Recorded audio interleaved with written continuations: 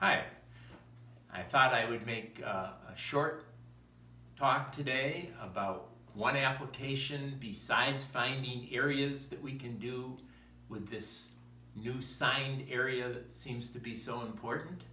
So, haven't you always wondered on the function f of x equals x squared, that well-known parabola, what the average value of the function is between x equals 0 and x equals 4? Well, I think it starts at 0 and the largest value is 16. So I think we all know the answer has to be somewhere between 0 and 16. And I think you're all pretty familiar how you get averages of something. You add up how many things you have and divide by the total number. The only thing that presents a problem here is we have an infinite number of function values between 0 and 4. So we have to add up an infinite number. So, in your head, guess what you think the average value is. I would bet somebody has picked 8. Well, we'll see if 8 is really the average. But if we can do it on this function, we're going to want to be able to do it on other functions. So, let's try to do this in general. Say we have a function y equals f of x on an interval from a to b. Something like this. We've got some positive function values and some negative function values, and we're trying to find the average. So, one thing we've learned is the definite integral from a to b of f of x dx is just a symbol for coming up with the exact signed area between the curve and the x-axis. So it's the limit as n approaches infinity, summation, k equals 1 to n, f of c sub k, delta x sub k. Now that should work for any Riemann sums that we pick. So there's no reason we can't pick a special Riemann sum in this case. Let's pick one where we always pick c sub k, which has to be somewhere in this interval. Let's pick it right over here on as far to the right as we can. And let's divide this up into even subintervals. So that means in place of c sub k, we can put x sub k. What we're doing here, if you remember, is a right Riemann sum. We're dividing it up evenly and we're going as far to the right. Well, if we're dividing it up evenly, the total width is b minus a, and we're dividing it up into n. So b minus a over n is going to be what our width of every rectangle is.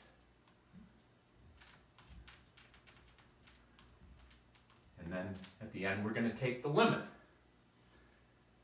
Well, if you think of b minus a, I'm going to rewrite this just so we see it's all here. And I'll even write this limit in. What we're going to do, since b minus a is just a constant, we know we can take it outside of a summation. And we also know, because limits are our friends, we can take it out front of the limit. And once we do that, I can divide both sides by b minus a. So basically, that gets rid of this b minus a over here, and we divide by b minus a over here. And there's no reason I can't take this times 1 over n and make it divided by n. And what do we have right here? We're adding up all the function values and dividing by the number of function values. We're finding the average. Well, if n was 100, we'd be finding the value, average of 100 values of the function.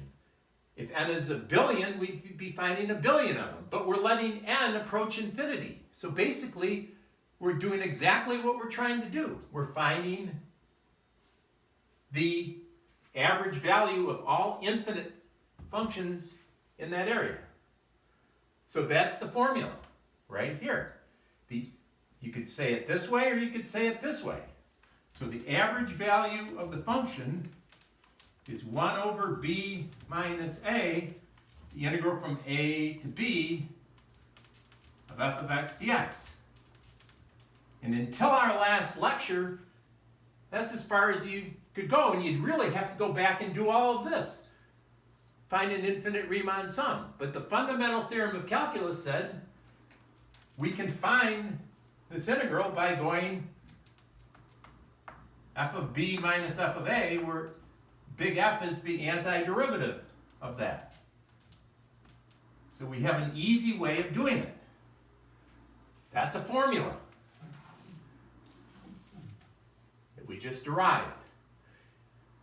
Okay, so let's come back to here. What's the average value of this? Well, 1 over b minus a. 4 minus 0, the integral from 0 to 4 of f of x dx. Well, f of x in this case is x squared. So we'll use the fundamental theorem of calculus. The antiderivative of x squared is x cubed over 3. And then we just plug in the numbers. We have 64 thirds minus 0. So altogether, if you cancel, you get 16 thirds, or 5 1/3. How many of you guessed that? Well, for those of you who guessed 8, I can understand why, because 8 is halfway in between 0 and 16. But if you look at it, right here at 2, we're only at 4. So half of our function values, the ones between 0 and 2, half of these function values are 4 or less. So we have more smaller function values than we do larger function values. And that's why it's a little bit lower. Another way of looking at this, if those of you who like geometrical looks, what we just found is 5 1/3. If we take that height, 5 1/3, which is really this area, and if we take this average value and multiply by b minus a, what we're getting is the area of this rectangle. And we're making it equal to this area underneath the curve. So you have to understand that there's going to be some height that we can make here where this rectangle has the same area as that. And that's really what this formula is showing us. Now, you might say, I don't really care about average values of functions. But functions, you know, are representing many things in real life. So let's just look at one example that you might want to know the average of. What's the average velocity of a particle moving along a straight path when we know its velocity equation? Well, here we're just looking for the average value of the function, and this is the function. So we can get it easily. We can go 1 over b minus a from time 1 to time 5, the integral from a to b of v of t dt.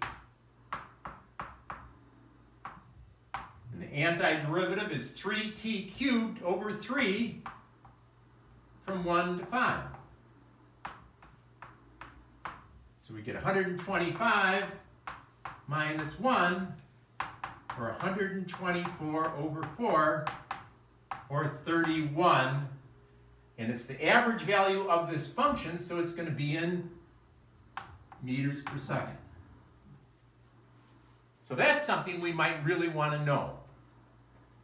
And there's other functions that we would really want to know. And just before we stop, what's another way we've already done average value earlier in the year before we knew this formula? what we did is say, if we had a position equation, S of t, and we had from 1 to 5, we took those two positions and said the slope of this position equation gave you the change in position on average over the change in time. So we did S of 5 minus S of 1 over 5 minus 1. Well, if you look at it, t cubed, S of t is t cubed. So what we're really doing here is taking this position and plugging in 5 and 1 and subtracting them and then dividing by the time. So it's kind of doing the same thing we did earlier, but looking at it in a much different way. So anyway, that's just one example. In the next chapter, we'll look at a lot of uses of signed area, but that's just one. So see you in the next video.